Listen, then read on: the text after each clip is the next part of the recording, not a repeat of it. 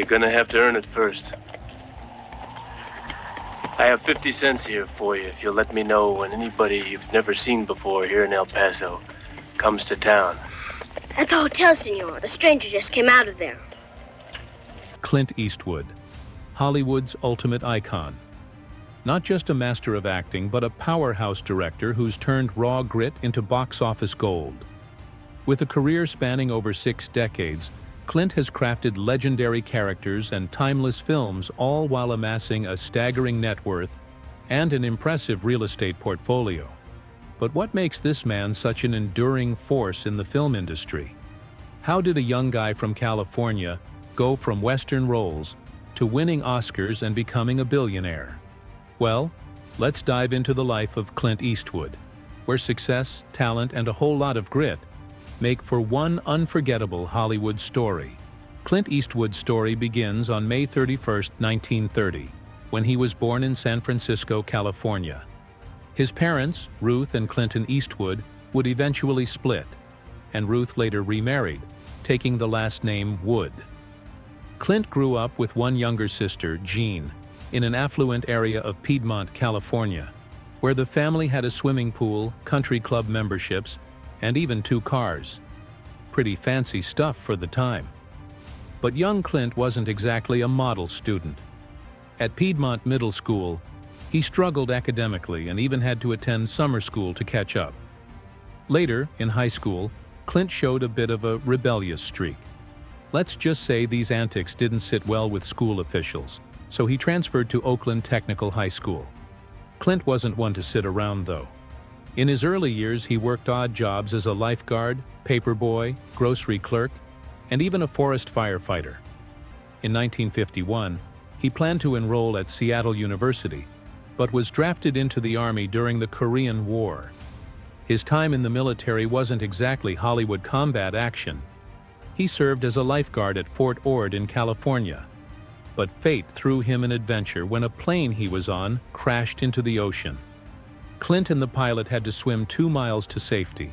A thrilling story, but it was only the beginning. Clint Eastwood had way more to go, and Hollywood was waiting. The story of Clint Eastwood's first big break sounds almost like a scene from a movie itself. It was the early 1950s, and Clint was stationed at Fort Ord when luck, or maybe fate, intervened. Universal International's camera crew happened to be filming at Fort Ord, and an assistant spotted Clint. Intrigued by his look, the assistant invited him to meet the director. But there's another version of this story of how he stepped into Hollywood. Chuck Hill, a Fort Ord man himself with Hollywood ties, reconnected with Clint, and on one of their trips to Los Angeles, snuck him onto the Universal lot. It was here that Hill introduced Clint to a cameraman named Irving Glassberg. Glassberg saw potential in him, and soon enough, he set up a meeting with director Arthur Lubin. At first sight, Lubin was impressed. Standing at 6'4" Clint looked every bit the leading man. But when it came time to actually act, that was another story.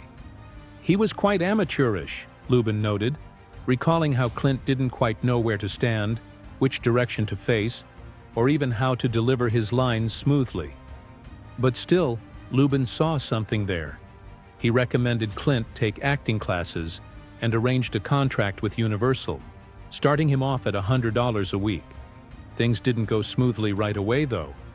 Clint's stiff style and habit of delivering lines through clenched teeth weren't exactly a hit initially. In fact, they drew some criticism, but little did anyone know that trademark would one day become iconic.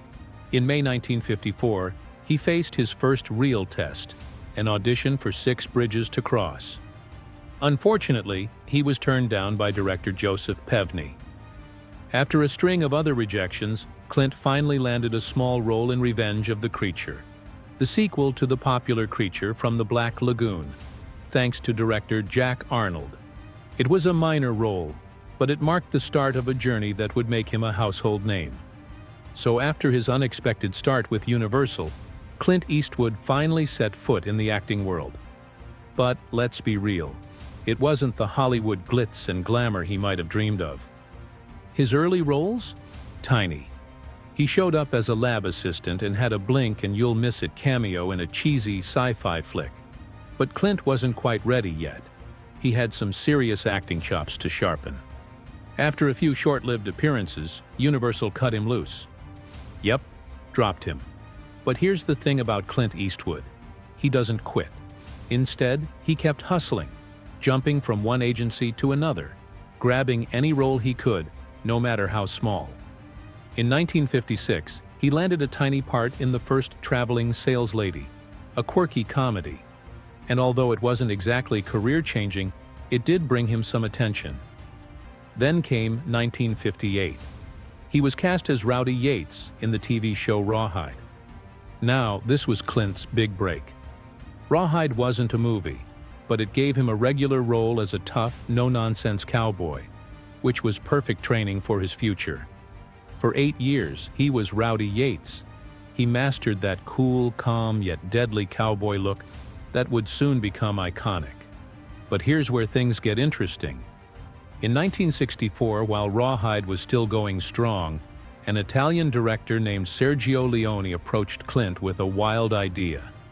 Leone wanted Clint to star in a Western, but not just any Western, a spaghetti Western, as they called it. And guess what? The role would barely have any lines. Eastwood would just play this mysterious, stoic man with no name, letting his steely glare and silence do all the talking. The role was simple, but Clint's portrayal? Iconic. The way he delivered his lines, all 2 or 3 of them, through gritted teeth gave the film this edgy vibe. Critics were skeptical. This was not your average Western, and Clint's acting wasn't exactly winning him Oscars. But audiences loved it. A Fistful of Dollars turned out to be a hit, and Clint had unknowingly defined a whole new style in Westerns. Leone knew he was on to something. So Clint returned to play the man with no name again in For a Few Dollars More, and then in The Good, the Bad, and the Ugly. Each time, he was the same silent, rugged anti-hero. And by the time the third film was released, Clint Eastwood wasn't just a name. He was a legend. Suddenly, everyone wanted to know more about this cowboy with the squinty eyes and deadly stare. And sure, some critics called his acting wooden, but he didn't care. Clint wasn't just acting, he was creating a character that people couldn't forget. The Dollars trilogy wasn't even released in the US until 1967. So when it finally hit American screens, it was like an explosion. Clint went from TV star to Hollywood's most in-demand cowboy overnight. And his paycheck, let's just say he wasn't doing this for free anymore. Suddenly, he was raking in big money, even taking a 25% share of the profits for Hang 'em High in 1968. With this cash, he created Malpaso Productions, his very own company, named after a creek on his property. Clint was on fire, and he was calling the shots now. His next film, Hang 'em High, was his first American Western. It was violent and gritty, and Clint played a man seeking revenge after a brutal lynching. It was classic Clint, intense, unbreakable, and out for justice. And audiences ate it up. The film was a massive hit, and Clint was officially America's favorite cowboy. But Hollywood wasn't ready to let him get too comfortable. His next gig took him out of the Wild West and into the heart of World War II and Where Eagles Dare, alongside the legendary Richard Burton. Clint was now more than just the lone gunslinger. He was the fearless soldier jumping out of planes and infiltrating Nazi strongholds. And guess what? He pulled it off. He got a taste for war films, and critics finally started giving him a nod. He wasn't just a cowboy anymore. He was becoming Hollywood's all-around action hero. From there, he continued to work on some pretty unique projects. But Clint's acting style never changed. He was still that guy who let his expressions, rather than his words, do the talking. This approach worked perfectly in Coogan's Bluff, where he teamed up with director Don Siegel, who quickly became one of his closest friends. Together, they'd go on to create some unforgettable films, including the infamous Dirty Harry series. Oh, and did I mention Clint even got an offer to play a villain in the Batman TV series? Yep, they wanted him as Two-Face, but the show was canceled before he could step into that role. With his production company, Malpaso Productions, he was finally in control. He could pick his projects, his directors, and his co-stars. He wasn't just an actor anymore, he was building an empire, and he started making some serious money. When Where Eagles Dare came out, Clint took home a whopping $750,000. That was huge at the time. And with his financial advisor Irving Leonard by his side, Clint was learning how to play the Hollywood game like a pro. It was a golden era for him, each film bigger and bolder than the last. But let's be honest, it wasn't always smooth sailing with the critics. They had a field day with his westerns, especially the good, the bad, and the ugly. Renata Adler of the New York Times even called it pious and repellent. But Clint shrugged it off. He was making movies for the fans, not the critics. And for every scathing review, there was a packed theater of people cheering him on. He kept pushing forward. Hollywood hadn't seen anyone quite like him. He was making movies his own way, with his own company, playing by his own rules. And while critics kept underestimating him, Clint was quietly proving them wrong, one blockbuster at a time. By the late 60s, Clint Eastwood wasn't just a Hollywood star. He was a brand. And as the world would soon see, he wasn't just here to act. He had plans to direct, produce, and shape cinema in ways no one saw coming. And honestly, this was just the beginning. Clint was on the edge of something legendary.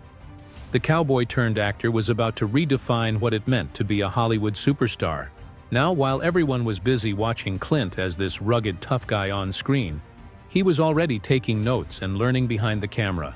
You see, Eastwood wasn't just content with being in front of it. He wanted to call the shots too. So he stepped into the director's chair long before the world knew what he had in store for them. One of his early directing moves came in Two Mules for Sister Sarah in 1970. Clint starred with Shirley MacLaine in a story about a mercenary who ends up tangled with a woman disguised as a nun in the Mexican desert. Yeah, it's as wild as it sounds. Here, he's that classic mysterious figure, scruffy, smoking his cigar, looking like trouble. And while it didn't blow critics away, it still made it to the New York Times Guide to the Best 1,000 Movies Ever Made. And right around that same time, Clint starred in Kelly's Heroes in 1970. A World War II flick where he and his buddies steal a ton of Nazi gold. This was the last movie Clint made that wasn't produced by his own company, Malpaso Productions. From there on out, it was all under his control. But here's where it gets intense. He and his buddy, director Don Siegel, created The Beguiled in 1971. Now, this is a story about a wounded Union soldier held captive by a group of women at a southern school. French critics went nuts over this one, calling it one of his best works. But it bombed in the US, and people didn't like seeing their hero in such an emasculated role. Even Clint agreed. He thought it tanked because of how it was marketed. And then, Dirty Harry. Ah, Dirty Harry. The role that changed the game. If you know Clint Eastwood, you probably know the line, "Do you feel lucky, punk?" This was him, playing a cop with zero tolerance for criminals, sparking the loose cannon cop genre. He turned this role into an archetype, and suddenly 0.44 Magnum revolvers became the hot item in gun stores across America, thanks to the iconic Harry Callahan character. The movie grossed $22 million and launched a whole series where we'd see Clint bringing justice his way. But as epic as it was, critics were mixed. Some thought it was too extreme, even calling it fascistic. Still, Clint had found his groove. Then he pivots. He directs Breezy in 1973, a softer story about a middle-aged man falling in love with a teenage girl. Not a huge hit, but this is when he first met actress Sandra Locke. They didn't pair up in this movie, but she'd go on to star in 6 of his films. And, well, in his life too. Breezy didn't rake in big bucks, but Clint was proving he could take on different genres, and he was doing it fast and under budget. And just as Breezy wrapped, he went right back to his action roots with Magnum Force in 1973, a Dirty Harry sequel with more intensity, more action, and a squad of rogue cops taking things into their own hands. It broke records at the box office but wasn't loved by critics. Clint didn't care. He was on a roll. Then there's Thunderbolt and Lightfoot, where Clint teams up with a young Jeff Bridges for a road adventure with bank heists and quirky humor. Bridges ended up stealing the spotlight, even getting an Oscar nomination. Clint wasn't thrilled, and after that, he had no plans to work with United Artists again. Clint's directing style starts to emerge. He's got this way of letting the scenes breathe, a kind of unhurried coolness. Critics said his pacing was relaxed, almost real-time, like he wasn't in a rush to throw the big punches. He knew how to make everything feel gritty and real, using low-key, noir-ish lighting, so his films felt intense, even when they were slow. Over time, his movies took on deeper themes: justice, mercy, the tough ethical stuff, all with Clint's own style of exploration. And then, as if dominating Hollywood wasn't enough, he turned his sights on politics. In 1986, he became the mayor of Carmel by the Sea, California. And he didn't just sit in the office. Clint took action. Like literally making it legal to eat ice cream on city streets. He donated his $200 a month salary to the local youth center, built restrooms on the public beach, and added a library annex. It was classic Clint. No nonsense and straight to the point. He served his term, then moved on, not wanting to be tied down. By 2001, Governor Gray Davis even appointed him to the California State Park and Recreation Commission, where Clint took a stand against a toll road extension that would have run through a state park. He played his role as an actor, a director, and a political personality with all the grace and charm he had. But what about his love life, you might ask? Oh, it's nothing short of a wild Hollywood movie. Imagine drama, romance, heartache. It's all there, running on high emotions and intrigue. Clint Eastwood's relationships? Let's just say they were as legendary as his films and as complex as his characters. We're talking multiple relationships, plenty of passion, and even a few mysteries along the way. Clint Eastwood, the tough guy actor and director, has been a magnet for romance. And we're not talking just a few casual dates here and there. He's had numerous relationships over the years, some casual, some serious, and many that even overlapped. How many children does he have? Well, even that's a mystery. He has 8 publicly known children from 6 different women. But he's famously secretive about the exact number, telling the media he doesn't want to expose his family. They're vulnerable people, he says. I can protect myself, but they can't. And his biographer? Even he says Clint's number of children remains a mystery. And supposedly, one was born back in his high school days. Clint's first marriage was to Margaret Neville Johnson in 1953, after meeting her on a blind date. They were married for 30 years, but let's just say he wasn't exactly monogamous. Early on, he had an affair that resulted in a daughter, Lori, who was actually adopted by another family in Seattle. He then had a 14-year liaison with stuntwoman Roxanne Tunis, with whom he had another daughter, Kimber. And yet, Clint stayed married to Margaret, who tolerated what they called an open marriage. Together, they also had 2 children, Kyle and Allison, before they finally divorced in 1984. Now, this is where it really starts to feel like a movie. In the mid-70s, Clint met Sandra Locke, an actress-director, and they instantly hit it off. She moved in with him, and the two had a whirlwind romance. Clint even reportedly told her he'd never been in love before. But Sandra was in a marriage of convenience to a man she called a friend. Clint sang, "She made me monogamous" to her, but ironically, he wasn't exactly sticking to that tune. They lived together for 14 years, but when they broke up, it was far from a clean split. Sandra took him to court in a palimony suit, and later filed a fraud case as well. They eventually settled, but their relationship remains one of Hollywood's most complicated romances. And it doesn't stop there. During the same time, Clint had 2 more children with Jaslyn Reeves, a flight attendant. The media had no idea about these two kids, Scott and Catherine, until years later when they eventually surfaced in the public eye. In the early 90s, Clint started dating actress Frances Fisher, and together they had a daughter, Francesca. Then, in 1996, he married for the second time to news anchor Dina Ruiz. Their marriage lasted until 2014, and they had a daughter, Morgan. Since his split with Dina, Clint was seen with restaurant hostess Christina Sandera. They never really confirmed anything publicly, but they were spotted together for years, though she sadly passed away in 2024. And now? Well, Clint has apparently found romance again, though the identity of his current partner is still under wraps. His love life's been a saga filled with love, heartbreak, and a fair bit of Hollywood-level drama. One thing's for sure, this man has lived a life every bit as adventurous off-screen as the characters he's brought to life on it. Clint Eastwood's life has been nothing short of a wild roller coaster. But let's be real. Every twist and turn has only made him tougher.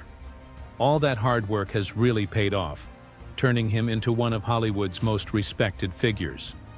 With a career spanning decades, Clint has not only showcased undeniable talent, but also demonstrated a strategic mindset that has propelled his earnings to astronomical heights. Let's rewind to the beginning of Clint's journey, which kicked off when he made the leap from actor to director.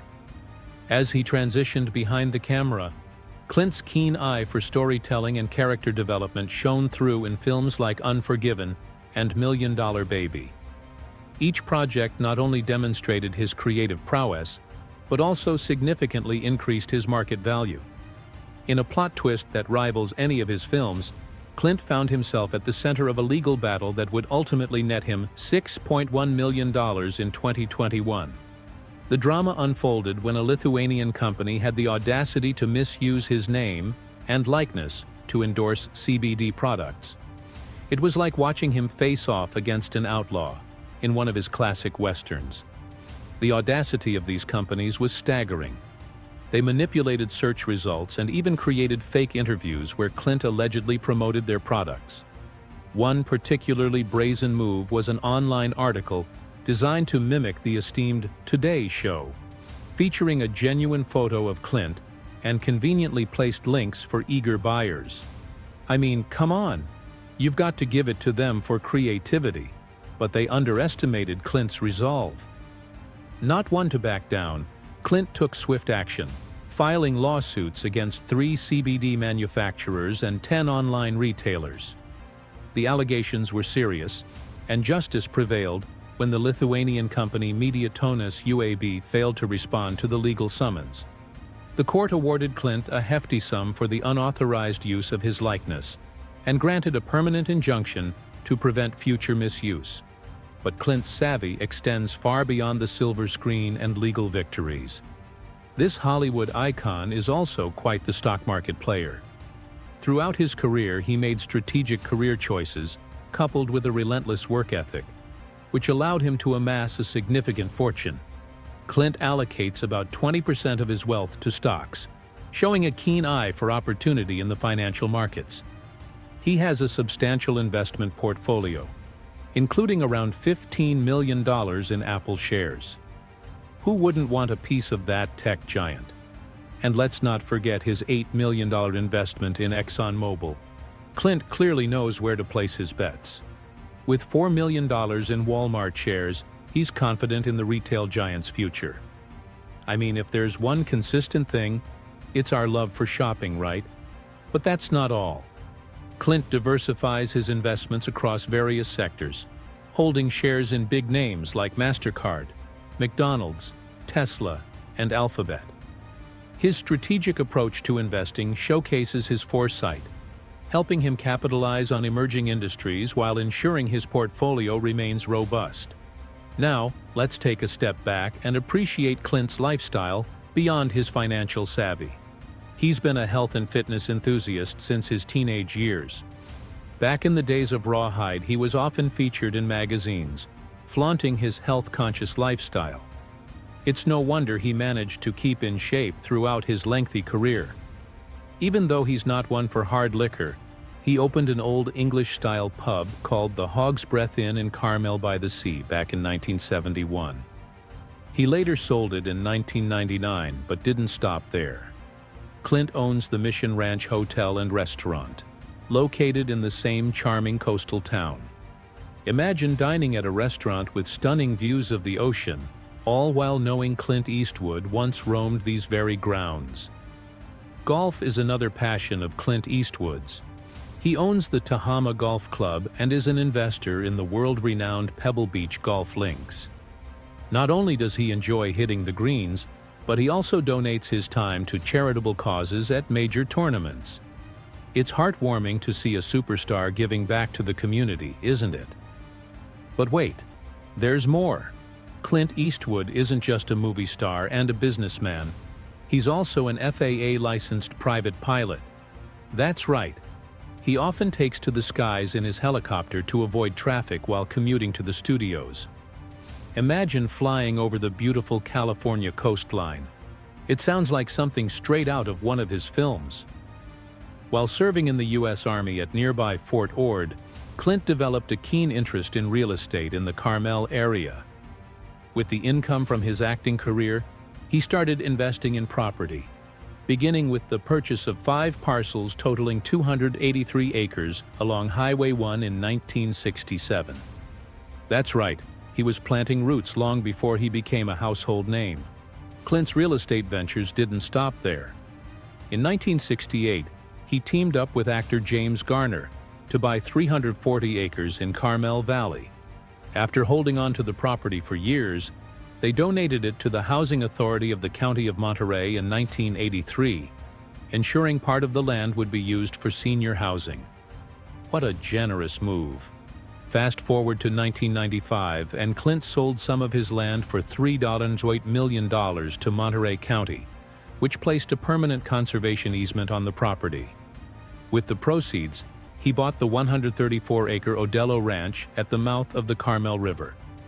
Not only did he invest in property, but he also took action to protect it, paying to lower levees along the river to safeguard his other investments from flooding. Clint continued his generosity streak by donating 49 acres of the Odello Ranch property to the Big Sur Land Trust in 1997. Fast forward to June 2016, and he donated the remaining land, showing that giving back has always been part of his plan. In 2010, at the age of 80, Clint Eastwood invested approximately $20 million to build himself a sprawling 50,949 square foot compound in Carmel by the Sea. Can you really picture living in a mansion overlooking the Pacific Ocean? It's literally like a dream come true. His California real estate portfolio also includes a luxurious Spanish-style mansion in Bel Air and a massive 1,075-acre ranch near Cassell. Speaking of luxury, Clint has quite a collection of classic cars that tells the story of his love for automobiles. The iconic actor's passion for cars runs deep, evident in both his films and personal life. Take the 1972 Ford Gran Torino, for example, which isn't just a car. It's a symbol of his rugged charm from the movie Gran Torino. One of the crown jewels in his collection is a stunning 1966 Ferrari 275 GTB. This exquisite machine was a gift for his appearance in The Witches and is worth around $1.7 million. The powerful V12 engine roars to life, and you can't help but admire the craftsmanship that went into this timeless beauty. Another standout is the 1974 Ferrari 365 GT4 Berlinetta Boxer. Priced at around $475,000, it shows Clint's love for luxury and performance.